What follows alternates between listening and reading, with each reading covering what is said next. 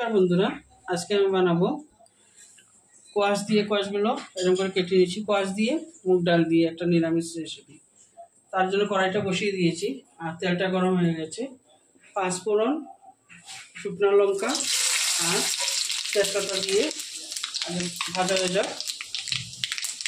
ভাজা হয়ে গেছে, এখন মুগ ডালটা দিয়ে দিচ্ছি। এটা মুসুর ডাল দিয়ে বানানো, আমি নিরামিষ বানাচ্ছি, তার জন্য মুগ ডাল দিচ্ছি।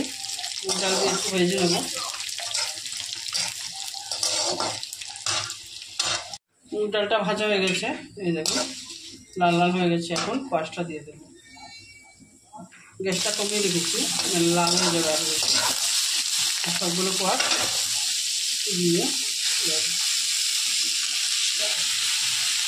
নুন দিয়ে দিচ্ছি পরিমাণ মতো, আরও দিয়ে দেবো। হালকা মতো কম লাগবে।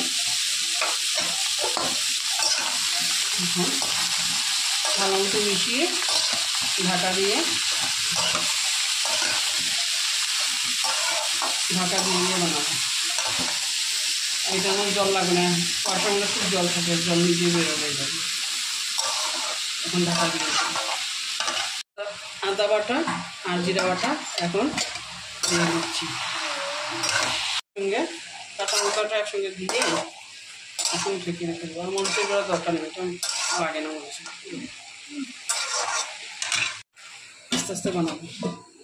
কত কমে গেছে, আরও কম দেবে, আরও টানবে আর কম দেবে, মজবে আবার ঢাকা দিয়ে রেখে একটু চিনি দিয়ে দিচ্ছি। চিনি দিয়ে একটু মজিয়ে নেব। ঢাকা দিয়ে মজা করবে না, মজবে না। এই দেখুন বন্ধুরা, আমার তরকারিটা, কোয়াশ তরকারিটা হয়ে গেছে ডাল দিয়ে। এখন আমি ডুবিয়ে দিচ্ছি আর পরিবেশন করা যাবে। ঠান্ডা ঠান্ডা খাবেন, খুবই ভালো লাগে। এই দেখুন বন্ধুরা, যদি ভালো লাগে অবশ্যই বাড়িতে একবার ট্রাই করবেন, লাইক করবেন, শেয়ার করবেন, সাবস্ক্রাইব করবেন। Thank you.